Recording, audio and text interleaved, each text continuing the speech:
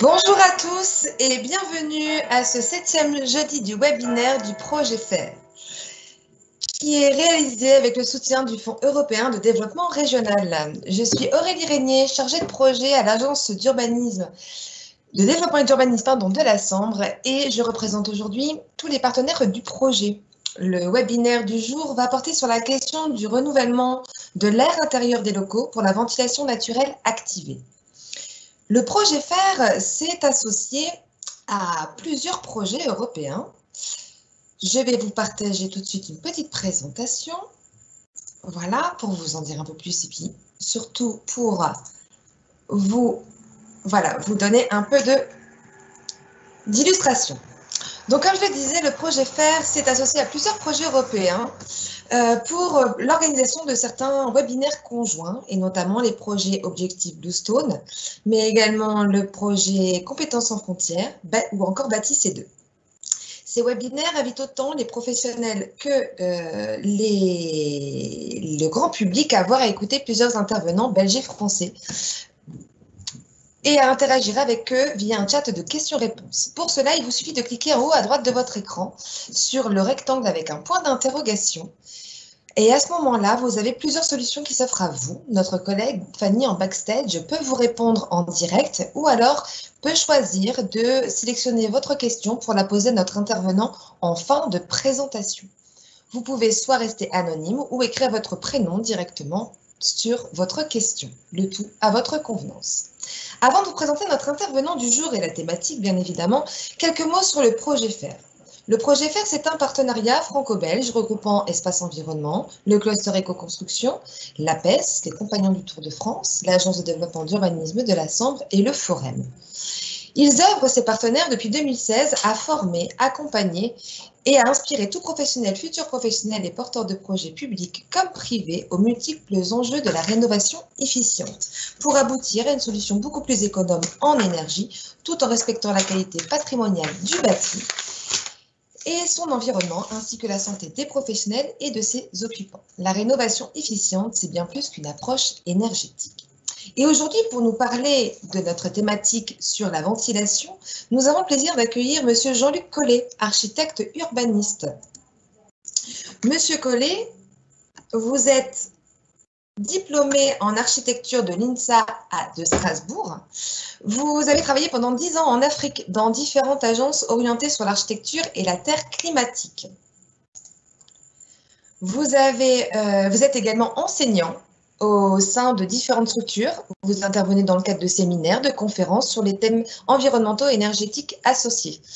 Vous êtes partenaire d'équipes pluridisciplinaires, notamment dans la recherche et dans le développement, le tout à l'échelle nationale, mais également européenne, en ingénierie climatique, environnementale et énergétique. Vous êtes convaincu qu'il faut préserver le patrimoine naturel. Sa démarche pour chaque opération commence par l'analyse des ressources environnementales proches, visibles et cachées.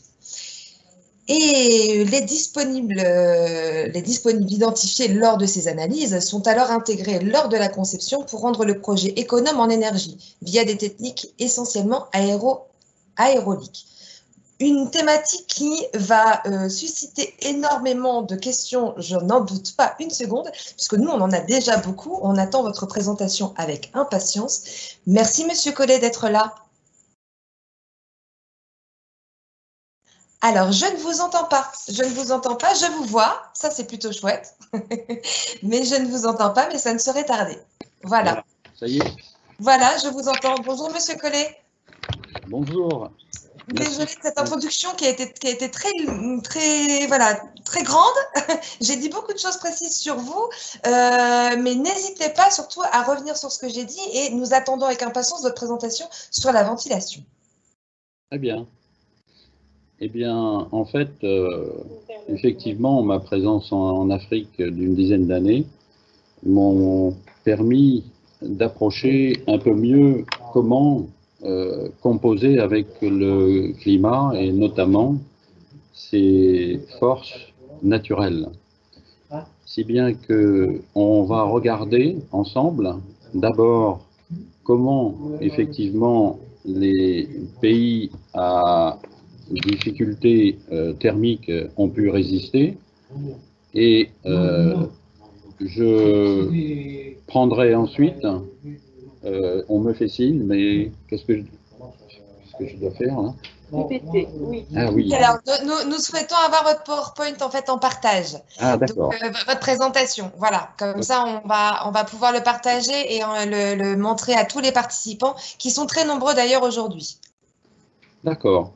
Donc j'étais. Voilà. Je pense que tout est OK. Voilà. Bien. Alors donc j'étais en Afrique, hein, effectivement, parce que la première crise pétrolière, enfin premier choc pétrolier, on a compris que on ne fonctionnerait plus comme avant, si bien que ces 10 années d'Afrique m'ont appris à composer avec, entre autres, bien sûr, les fortes chaleurs. On va donc commencer par les références qui m'ont permis de maîtriser un peu mieux. Et donc, en haut à gauche, vous voyez une vue de la partie est de l'Iran, qui a magnifiquement utilisé les vents désertiques et l'eau, que l'on voit donc dans un schéma au centre, pour effectivement tempérer les fortes chaleurs qui sont de l'ordre de 40. Mais maintenant, parler de 40 en Iran, alors qu'on a effectivement 40 en Espagne, ça n'est plus tellement exotique. Ensuite, en haut à droite, vous voyez là où j'ai beaucoup travaillé, donc au Maroc, où les principes d'inertie thermique, donc de la Terre, au service de l'air. Déjà là au Maroc, il y a une plus grande facilité puisque la topographie permet effectivement l'ascension déjà aérolique presque naturelle, alors qu'en Iran, tout est plat. Ensuite, à gauche, vous voyez un essai de réflexion qui avait lieu sur des conditions, dans un site de conditions extrêmes. Et puis ensuite, en bas à droite, l'un des architectes qui ont effectivement beaucoup œuvré dans ce savoir-faire. Je rappelle rapidement, finalement, un peu les valeurs qui avaient été mises en exergue au niveau à la fois de l'air chaud qui, bien évidemment, permet de monter, mais en même temps, et chez nous, pour le séchage du houblon dans les brasseries, donc on a ces deux valeurs. D'un côté, l'énergie en fait du tirage thermique, et puis ensuite avec la girouette, le tirage aérolique. En passant, bien sûr, de nouveau on retrouve des tours à vent, et cette fois-ci pour rafraîchir les fontaines. Et puis en bas à droite, eh bien, les extracteurs statiques utilisant donc le phénomène Venturi pour compléter effectivement le tirage thermique.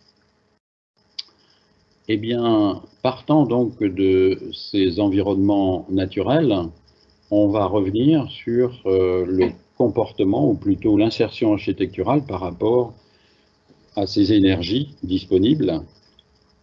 Bien évidemment, la notion aérolique de surpression, dépression en fonction de la direction du vent sont déjà des moteurs qu'il nous faut utiliser. On a donc en bas à droite travaillé sur un EHPAD en 2010, donc ça fait déjà effectivement 10 ans, Et travailler en ventilation naturelle sur un EHPAD, à l'époque, avait fait l'objet, bien évidemment, d'une demande de dérogation, à la fois au ministère de l'Environnement et au ministère de la Santé, puisqu'il s'agissait d'avoir une situation de qualité d'air intérieur irréprochable pour les personnes âgées. Je pense que ce n'est pas la peine d'aller plus loin sur les explications à donner avec les expériences actuelles du Covid. Et donc, notre premier souci est d'identifier, comme on l'a dit tout à l'heure, les valeurs et moteurs disponibles, que sont d'abord l'aérolique, puisque cette aérolique, on va essayer d'identifier la valeur pour être dans des conditions optimales de fonctionnement naturel. Grosso modo, ça correspond à un vent de 5 mètres par seconde. Vous sentez tout de suite que finalement, l'un des objectifs va être de freiner cette extraction aérolique Venturi. Ensuite, la notion de cet effet par rapport au point le plus haut qui est mis en exergue ici. Vous voyez donc les zones jaunes où on est effectivement avec des valeurs un peu supérieures qui se concentrent au point le plus haut du bâtiment. Ça va être un élément que l'on va retrouver ensuite par ailleurs. Alors, très rapidement également, si on regarde le bilan thermique des éléments là où on a le plus d'intérêt à travailler, ce sont bien évidemment à la fois les fenêtres, ainsi que le renouvellement d'air, où la marge de progression, vous voyez, est relativement importante, et ces deux éléments vont faire partie maintenant de la démonstration de la ventilation naturelle. Alors, auparavant et très rapidement, la première rencontre avec les biologistes m'ont appris que l'un des éléments de qualité d'air intérieur, c'est un peu le risque de stagnation de poussière. Autrement dit, que les bactéries utilisent bien évidemment les particules comme un taxi pour se déplacer. Et j'ai voulu refaire un petit point en arrière sur, bien évidemment, les conséquences humaines de ce risque de stagnation, si bien que en bas à gauche, vous voyez donc une conduite de ventilation mécanique, on va dire, horizontale, et notre souci va être au contraire de travailler essentiellement à la verticale, c'est-à-dire donc on va modifier la conception à 90 degrés.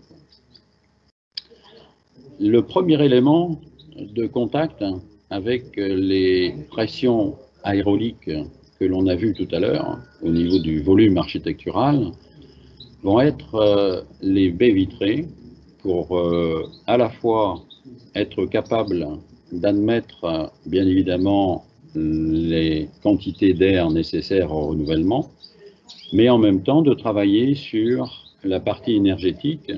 Et pour ce faire, Jacques Pazio a inventé au premier choc pétrolier justement la notion de réutilisation de l'effet pariétodynamique, c'est-à-dire considérer les vitrages comme un échangeur air-air, de telle façon à ce qu'il y ait récupération des calories intérieures et en même temps les capacités de participer à une amélioration de fraîcheur intérieure.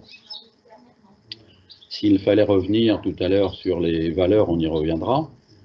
Bien évidemment, la notion d'échangeur que je viens d'utiliser, RR, sous-entend des données particulières de déplacement donc de l'air, pas trop vite ni trop lentement, si bien qu'on a assez souvent besoin de compléter l'entrée d'air pariétodynamique des vitres par une entrée toujours pariétale également, mais cette fois-ci donc au niveau des surfaces opaques.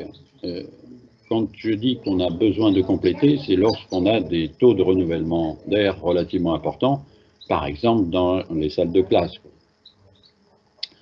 Alors, se protéger de la notion effectivement thermique sous-entend également, et sinon ça n'aurait pas de sens, de se protéger également de l'effet de serre extérieur.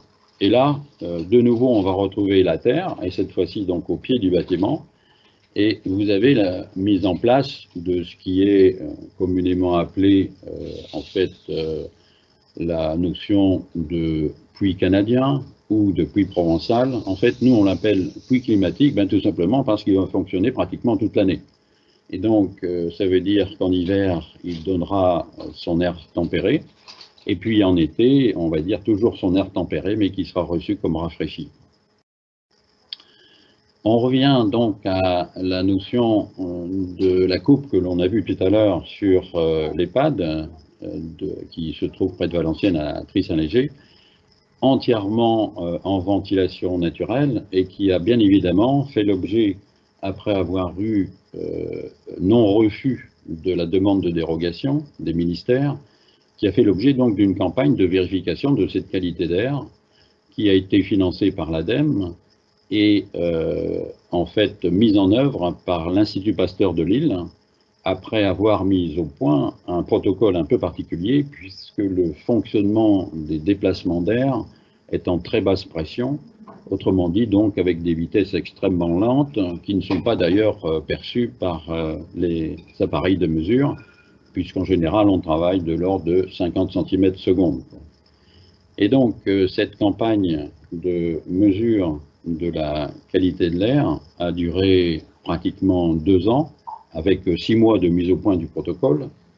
Et ces 2 années donc, de mesure ont permis de conclure la phrase qui est en bas, qui a été écrite donc par l'Institut Pasteur de Lille, qui mentionne que les niveaux recherchés à la fois bactériens et fongiques ont donné lieu à une équivalence de présence dénombrée équivalente à l'air extérieur. Donc autrement dit, on avait un air intérieur, on a un air intérieur identique à l'air extérieur.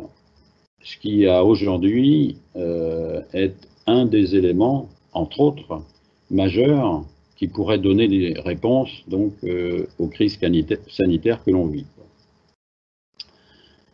La deuxième opération a consisté à un groupe scolaire avec école maternelle et élémentaire, et on se retrouve dans les mêmes soucis de qualité d'air, hein, à la fois pour les personnes âgées et en même temps pour les jeunes enfants, de telle façon à ce qu'il y ait là aussi un absentéisme le plus réduit possible, et ce qui se passe d'ailleurs par rapport aux enfants accueillis. Et donc vous voyez apparaître à la fois les sorties Venturi, qui sont en toiture, et en même temps apparaître à peu près au centre et en haut la notion d'utilisation donc du vide sanitaire, qui nous, parfois on appelle le vide salutaire, puisque finalement il nous permet d'aller chercher l'air tempéré dont on a parlé tout à l'heure également. Bien évidemment, la notion de réhabilitation fait partie des éléments qui sont intéressants pour la ventilation naturelle, tout simplement parce que ces immeubles ont été conçus justement en ventilation naturelle, hein, au lendemain de la guerre, mais en même temps, entre deux, ils ont subi donc l'ajout de ventilation mécanique. Et donc, notre premier travail, c'est de démonter tout ce qui est mécanique, qui en général a quelques petites difficultés à fonctionner, hein, forcément, pour le remplacer par de la ventilation naturelle, mais activée. Et donc c'est là qu'on commence à aborder cette activation où, n'ayant pas les moteurs naturels suffisants du tirage thermique ou de l'aérolique, on est amené donc à donner une impulsion à l'extraction par l'intermédiaire de l'air. Autrement dit, donc, on pousse l'air vicié avec de l'air primaire, avec des rendements forcément intéressants qui sont entre 20 et 30, c'est-à-dire j'introduis un volume d'air primaire dans une buse d'activation au centre de la gaine et je déplace dans la gaine 20 à 30 fois le volume d'air primaire. Et donc, dans cette notion d'efficacité aérolique, on vise tout de suite, vous en doutez, la notion non seulement d'économie d'énergie, mais surtout la capacité d'être en variabilité adaptée au manque des deux valeurs d'énergie naturelle, quoi. Donc on a une induction progressive en fonction de ce manque. Une autre opération d'échelle complètement différente, puisqu'on est dans de l'habitat individuel social sur la côte, qui a fait l'objet d'ailleurs également d'une démarche interreg, où le souci était la notion de la précarité. Et avant de pouvoir intervenir sur cet habitat social, en fait, on avait fait une petite enquête et il nous est arrivé d'entrer dans des séjours où les personnes âgées donc, avaient plusieurs pulls, puisque leur séjour était à 13 degrés. Je ne vous fais pas un dessin, bien évidemment, sur tous les soucis de condensation et de gêne pulmonaire de ces personnes. On a donc travaillé essentiellement sur l'enveloppe et la ventilation naturelle. On change maintenant d'échelle. On revient à l'enseignement, mais cette fois-ci de niveau supérieur, pour un centre de formation pour apprentis, près de Saint-Saulve, où l'aile indiquée bâtiment A, c'est-à-dire donc l'aile qui est à rue, représente environ 2000 mètres carrés, fonctionne également entièrement en ventilation naturelle à l'extraction, avec les vitrages pariétodynamiques, mais également pour des questions donc de quantité de débit d'air, avec un puits climatique pour également la températion d'hiver et d'été.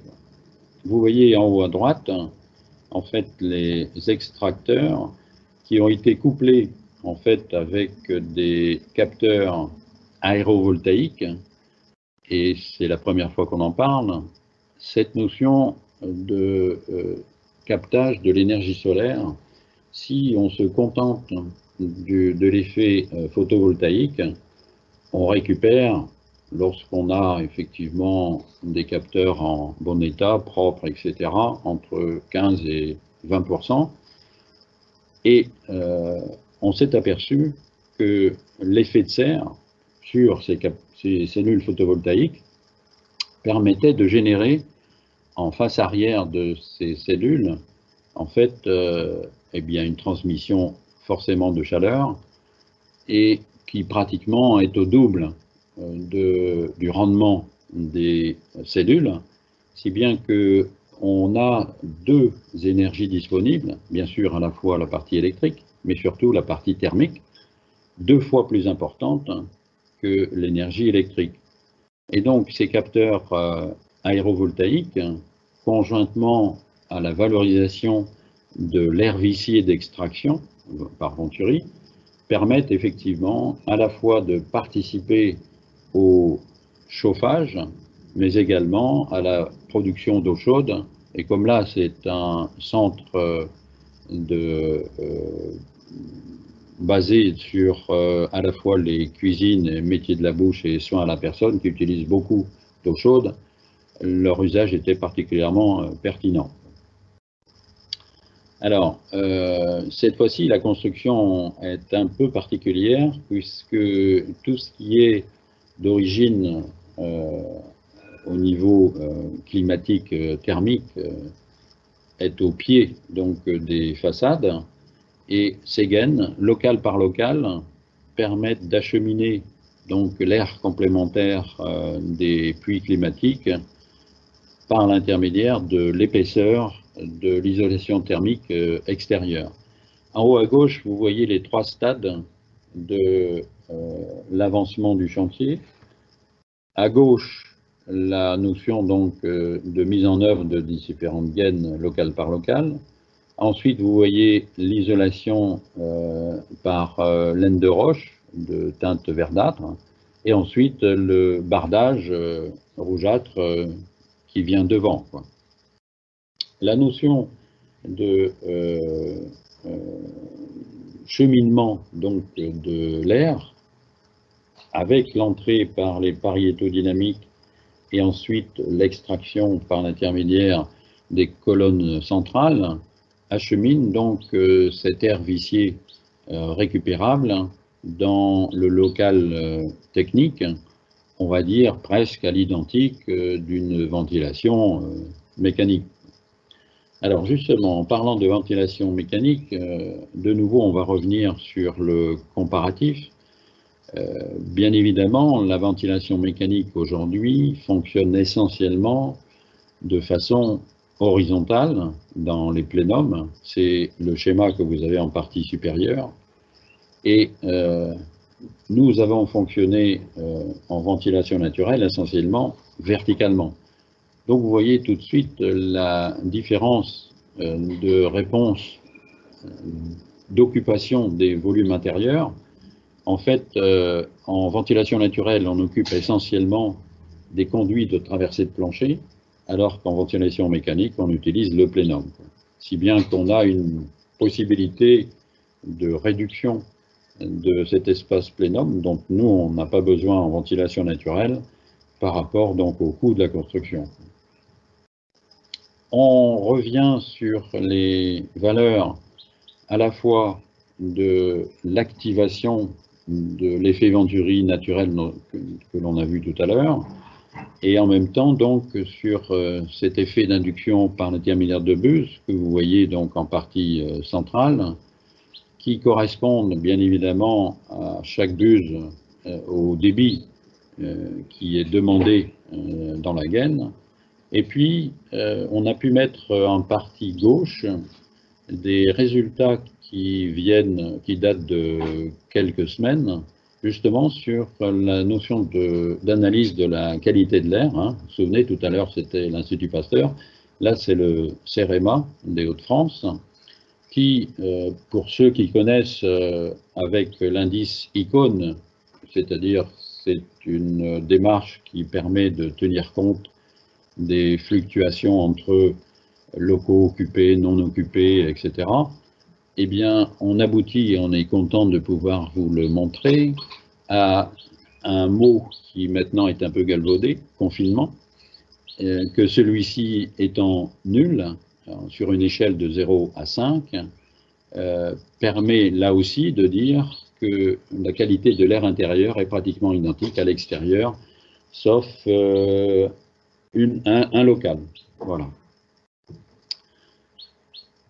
Autre projet, à la fois en réhabilitation et en extension neuve, un groupe scolaire, donc toujours avec des enfants sensibles, maternels et élémentaires.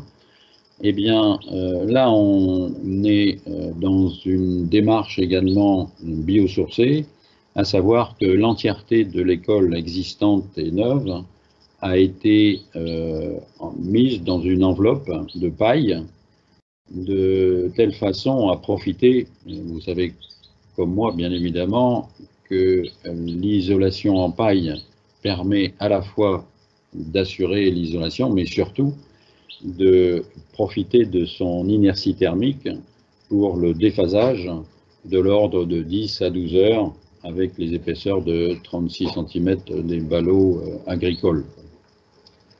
Alors, des photos de chantier pour mieux exprimer effectivement la manière dont on travaille sur la récupération des puits climatiques, sur les photos donc de gauche, où on assiste à un transfert par l'intermédiaire donc des gaines de collecte de l'air neuf rafraîchi pour ensuite les transmettre dans la salle de classe. On passe tout de suite à la notion donc de cheminement de cet air vicié. En fait, on choisit d'occuper les circulations en plénum, comme vous voyez en haut à droite, hein, pour positionner des gaines collectrices qui, prenant donc l'air vicié local par l'intermédiaire de chintes, un peu en arête de poisson, qui permet de réduire bien évidemment les pertes de charge qui sont l'élément majeur pour pouvoir fonctionner la majorité du temps vraiment en ventilation naturelle sans être activé. Au passage, en fait, vous en doutez que la notion de sécurité incendie au niveau des pompiers nous a amené là aussi à avoir des simulations de niveau de température si on avait des risques d'incendie dans un local qui pourrait être à rez-de-chaussée. Qu'en advient-il au R+1? Voilà. Alors, ici, pour mieux se rendre compte, effectivement, et je fais un rappel un peu des tours avant que l'on a vu tout à l'heure en Iran, en fait, les tours avant, ici, c'est le regroupement de l'arrivée de toutes les gaines de circulation en plénum qui permettent effectivement de concentrer, là aussi, la notion donc de récupération par l'intermédiaire d'échangeurs air-eau glacée, ce qui nous permet à la fois de récupérer, bien sûr, la chaleur sensible, mais en même temps la chaleur latente. Donc on est au-dessus de 100% de récupération.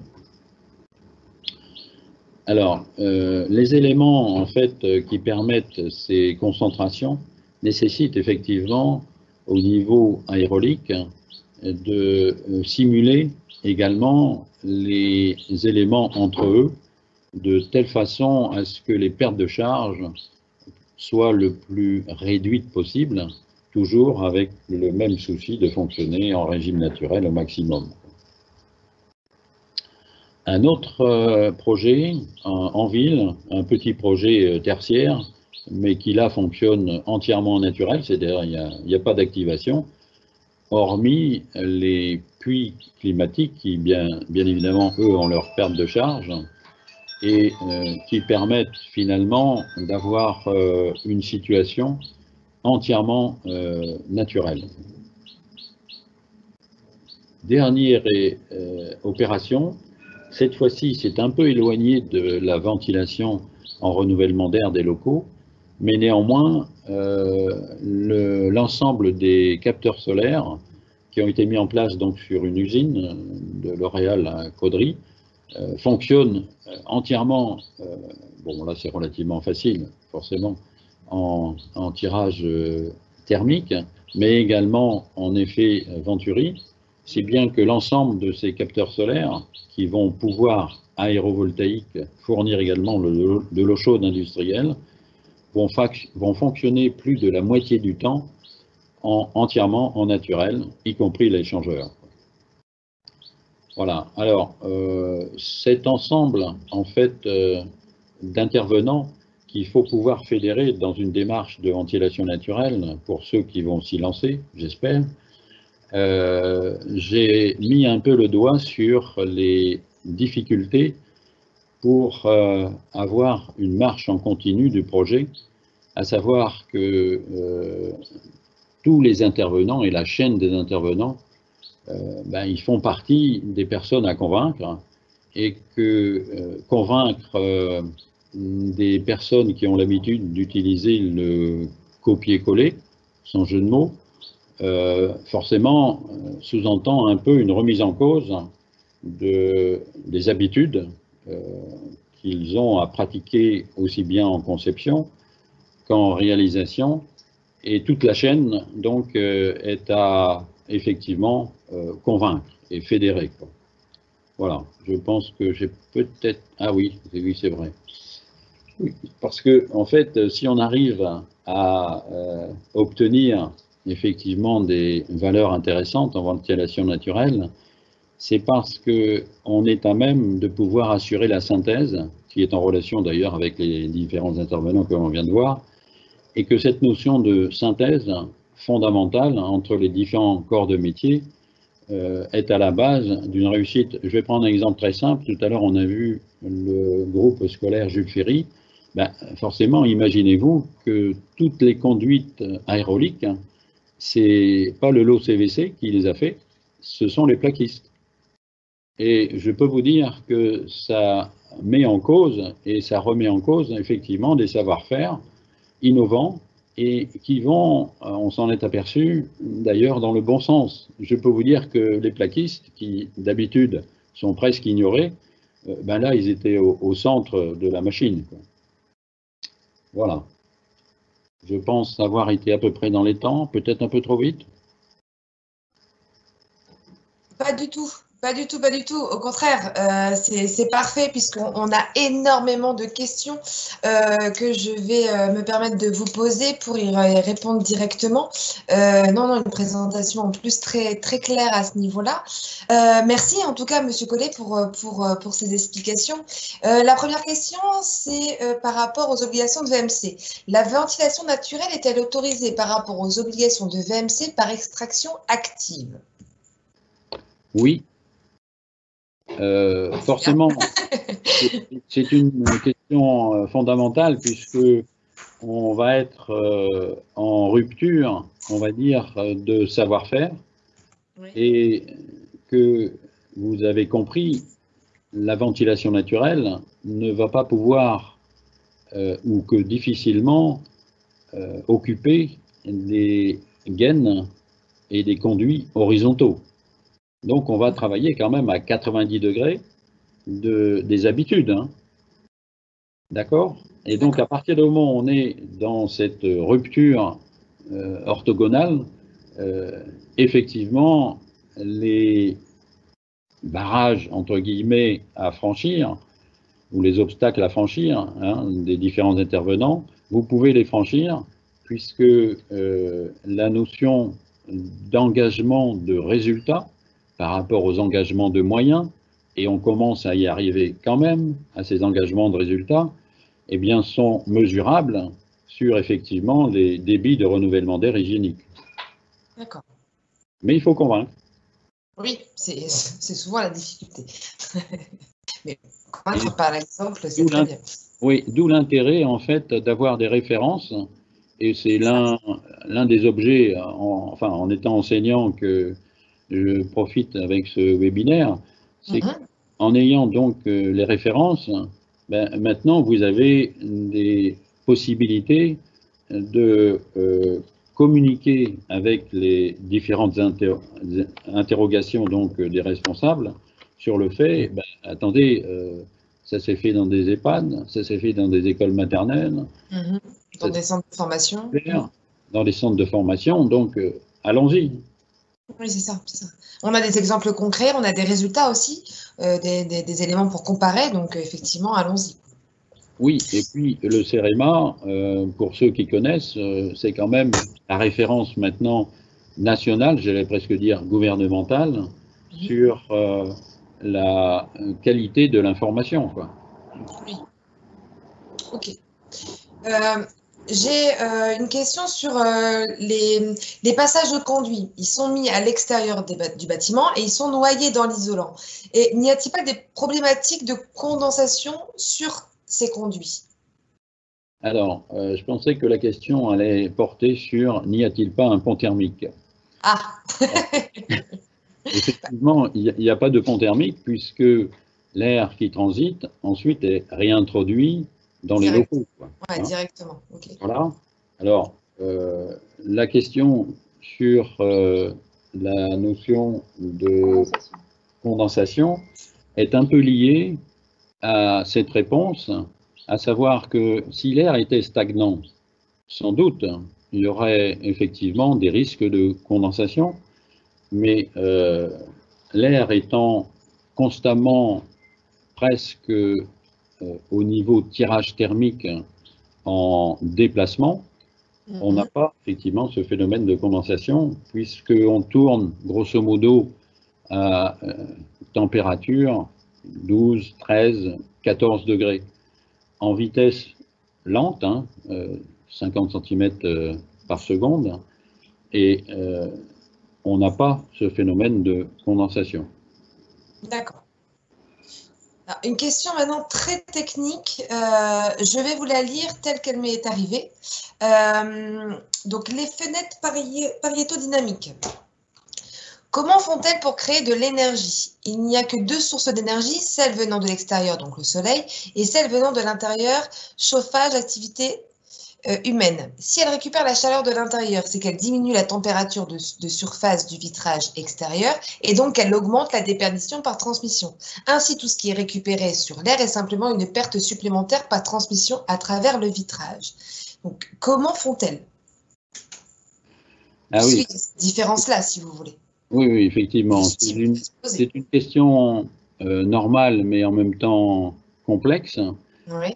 À savoir que le rendement de cette fenêtre est effectivement dépendant de l'ensoleillement extérieur, de la température extérieure, de la température intérieure, et que cet ensemble est constamment dynamique. À savoir que le transfert déjà de l'air à l'intérieur est dépendant à la fois de la surpression ou de la dépression de la façade donc en jeu et de la transparence aérolique entre les deux façades, celle qui est en surpression, celle qui est en dépression. Vous voyez qu'on commence déjà à entrer dans une complexité générale. Je veux bien y répondre, mais ça prendrait peut-être trop de temps par rapport à d'autres questions, si ça vous convient. Oui, non, mais... Sachez que les valeurs donc, qui sont indiquées, oui, notamment au niveau du coefficient donc, de transmission, hein, que vous avez donc en partie supérieure, où on peut comparer très rapidement, bien sûr, le double vitrage, hein, qui est un UW de 1,3, le triple vitrage qui est un UW de 0,8, alors que le Pareto est à 0,4, c'est-à-dire 2 fois plus performant que le triple vitrage. C'est ça. Sachez que ces valeurs sont des valeurs qui ont été donc mesurées, hein, bien sûr, et non pas calculées, quoi. Et que ces valeurs sont à chaque fois retrouvées dans les différents projets, quoi. Voilà. On retrouve à chaque fois les mêmes mesures, enfin, en tout cas, peut-être pas les mêmes exactement, mais en tout cas, le même écart, on le retrouve à chaque fois. C'est ça. D'accord, ok. Et par contre, là, les exemples, si je peux me permettre, les exemples là que vous nous avez présentés se situent tous dans notre région, dans une même zone géographique. Oui. On a du coup les mêmes résultats de part et d'autre à chaque fois. Oui, oui. Parce que du coup, tout ça dépend forcément aussi du climat. Oui, tout à fait. Alors, peut-être je vais aborder un peu la notion donc du rafraîchissement, puisque oui, après avoir parlé des pressions ou dépressions extérieures, il arrive que la fenêtre fonctionne donc en sens inverse. C'est-à-dire que l'on a une dépression extérieure, supérieure éventuellement à l'extraction intérieure qui ne se serait pas mis encore en activation, par exemple. Donc pendant quelques minutes, on est en fonctionnement inverse. Et on est en fonctionnement inverse, surtout lorsqu'on a le soleil en direct sur la vitre extérieure, qui chauffe donc la veine d'air extérieur et qui fonctionne cette fois-ci en tirage thermique, si bien que c'est l'air intérieur qui est extrait et qui est rééquilibré par la transparence au niveau du bâtiment, et qu'on profite donc du rayonnement de l'angle capable, vu de la fenêtre, de l'inertie thermique intérieure, ce qui permet d'avoir une température de vitrage intérieur beaucoup plus fraîche que la vitre extérieure. Et vous sentez que c'est un peu complexe. Hein. Non, mais en même temps, c'est passionnant parce que c'est vrai qu'il y a cette difficulté, en tout cas, de compréhension par rapport à ça, mais qui, tout compte fait, reste simple et naturel. Oui. J'ai quand même pas mal de questions sur les matériaux en tant que tels. Sauriez-vous nous dire quel est le coût des vitrages pariétodynamiques par rapport à des vitrages classiques? Oui. Alors, vous avez raison de commencer par les matériaux, puisque en fonction de la nature de la composition donc extérieure-intérieure de ces vitrages dynamiques, c'est-à-dire l'idéal étant bien évidemment le bois intérieur, oui, et l'aluminium extérieurs pour des questions d'entretien, mais en même temps de rupture thermique, j'allais dire presque naturelle, mais sinon ceux-ci sont fabriqués soit en alu-alu, soit en bois-bois, soit en bois-alu. Voilà. Ouais. Donc je ne parlerai pas du PVC, mais ça a existé également, quoi. Voilà. On n'en parle pas, du coup on n'en parle pas. Ouais, voilà. Et donc la notion de coût, dépendant donc bien évidemment de ses prestations, je vais essayer de tirer une moyenne, mais on est grosso modo de l'ordre de 20%, grosso modo, hein, 20% plus cher, bien évidemment, que les mêmes matériaux utilisés donc en double vitrage. Alors, si on compare à du triple vitrage, ce qui pourrait être le cas, effectivement, là on réduit, on descend à 10% à peu près, quoi, au maximum. D'accord. Ok. Mais justement, donc là ici, on parle forcément des matériaux. Les personnes, les porteurs de projets, hein, notamment privés, qui souhaitent effectivement s'équiper et puis de travailler sur cette ventilation naturelle, souhaitent savoir s'il y a une liste de fabricants de matériel répondant en tout cas à cette démarche-là. Alors, c'est une question générale qui sous-entend la maîtrise de la chaîne aérolique entre l'entrée d'air extérieure par les vitrages parithodynamiques en l'occurrence, jusque la sortie en toiture. Il faut que ce cheminement soit en pression de perte de charge le plus faible possible.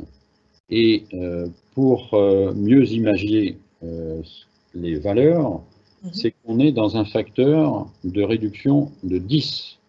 C'est-à-dire, si la ventilation mécanique tourne environ à 150 pascal, en fait, la ventilation naturelle, pour rester le plus naturelle possible, le plus longtemps possible, fonctionne donc à 15 pascal. C'est-à-dire, on divise par 10 les valeurs en jeu.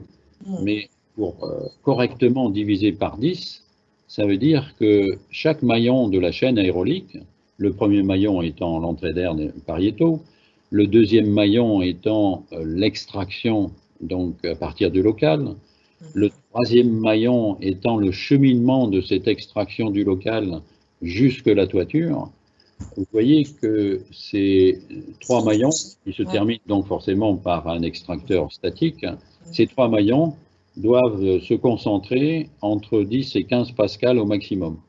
Ça veut dire que si on n'a pas des conduits suffisamment verticalisés, mais on peut également les incliner bien sûr, si on n'a pas prêté attention aux moindres détails de frein aérolique dans ces trois maillons, alors forcément on sera trop longtemps en activation. D'accord. Et justement, vous parliez des conduits verticaux, pardon. Est-ce que cela n'implique pas justement, vous étiez en train de le dire, la multiplication des clapets coupe-feu? Parce que si, alors, oui, je crois que j'ai rien entendu. Ah, pardon, excusez-moi. Vous m'entendez là? Oui, si, mais enfin, la notion de clapet, bien évidemment, est à proscrire sur le cheminement de l'air et que on fait la chasse au clapet. Et totalement. Du coup, oui. pas du tout. En fait, pour y parvenir, les réponses sont relativement simples. Il faut reconstituer à chaque traversée de plancher, soit de feu 1 heure ou 2, la même protection du conduit entre ce plancher que l'on vient de traverser et puis la sortie en toiture. D'accord. Donc, on assiste à des protections incendie de ces conduits verticaux. Ces protections incendie peuvent prendre la forme donc de laine de roche, par exemple, soit en humide, soit en partie sèche. Enfin, bon, voilà quoi. Hein. Mais c'est effectivement aucun clapet. D'accord, ok. Ok, ben j'aurais appris quelque chose aujourd'hui, encore une fois, c'est bien. Une autre question là qui vient d'arriver. Comment moduler le débit avec un système naturel, notamment en fonction de l'occupation, et comment éviter la surventilation? Bonne question. Oui, en fait, on a abordé très rapidement le sujet tout à l'heure, que le souci est plus de freiner effectivement l'extraction Oui. que de l'activer. Et donc, le frein peut prendre diverses formes.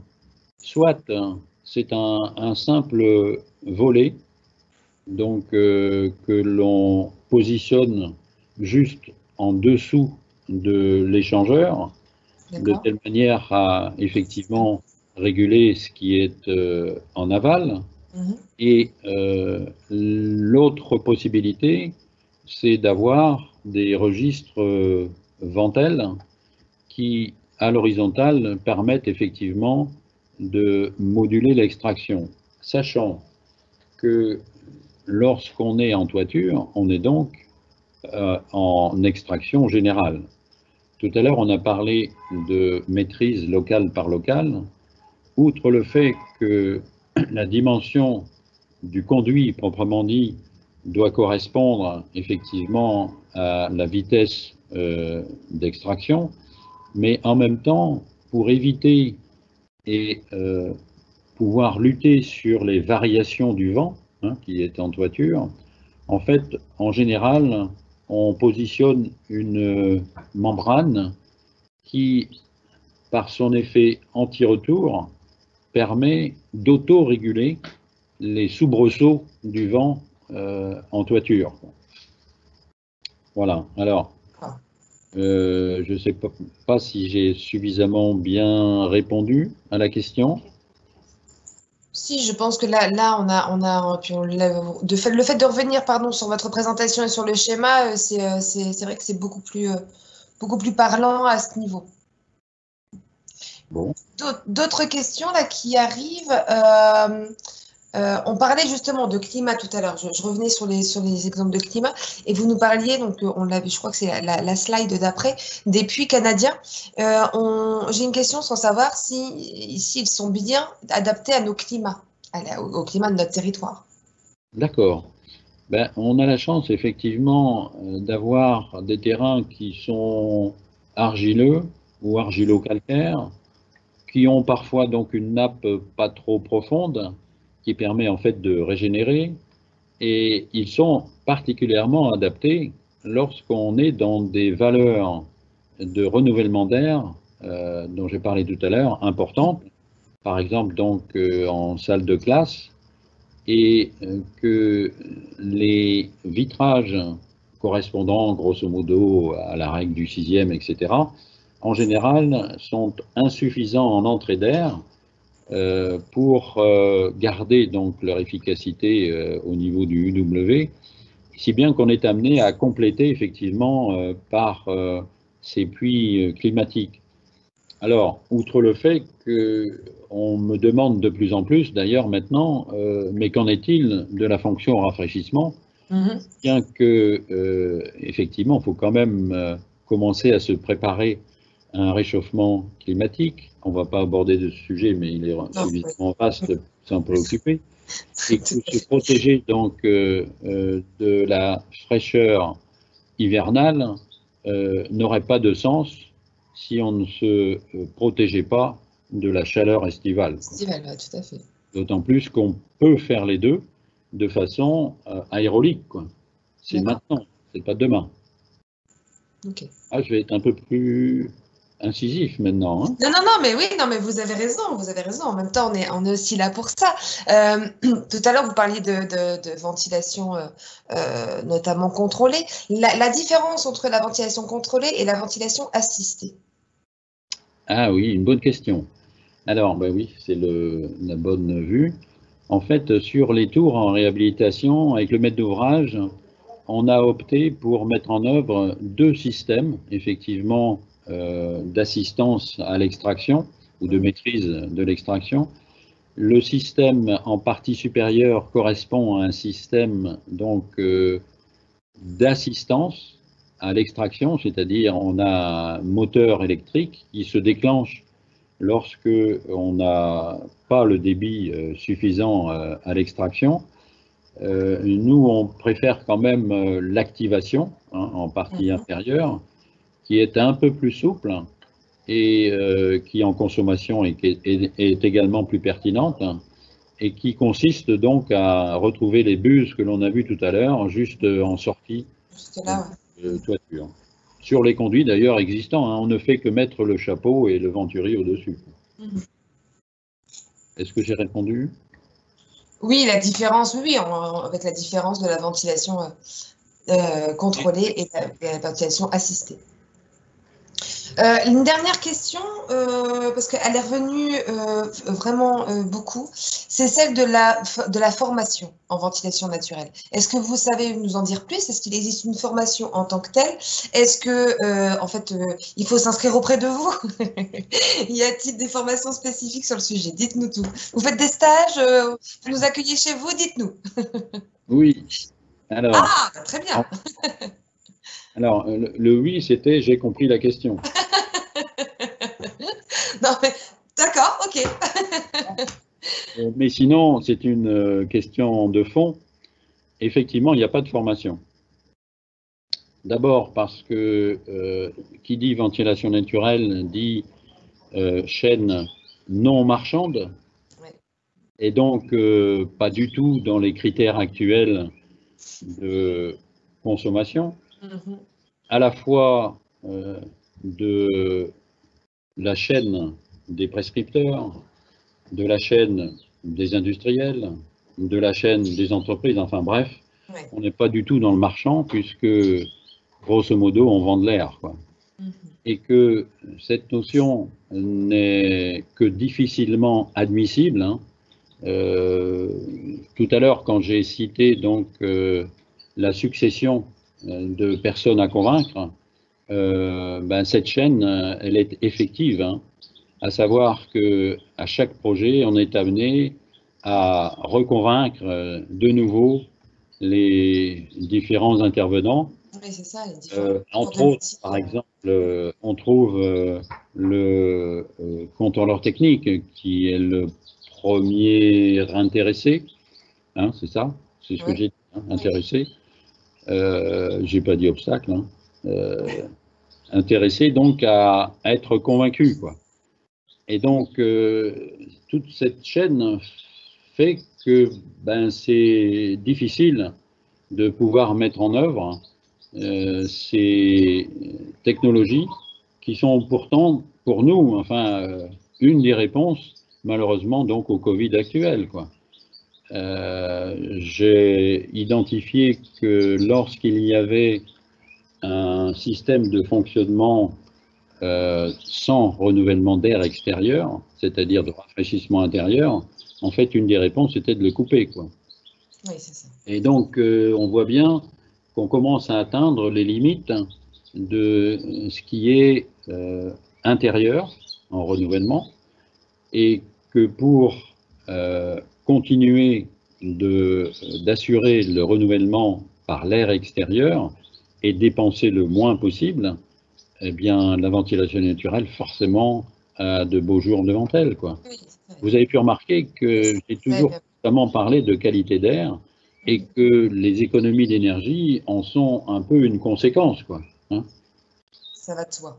Mais en général, quand je commence à parler effectivement de ce phénomène, j'ai intérêt à commencer par les économies d'énergie et à terminer par la qualité de l'air intérieur. L'air et la santé. Et la santé. Ouais.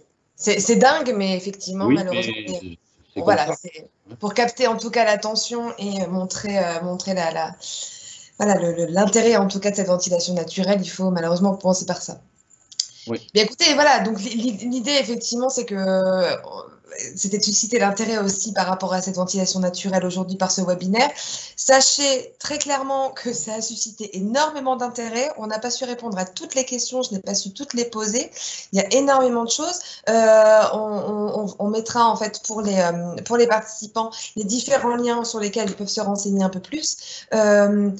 J'aurais encore aussi en moi-même des questions à vous poser, Monsieur Collet, sur tout ça, mais le temps nous est un peu compté.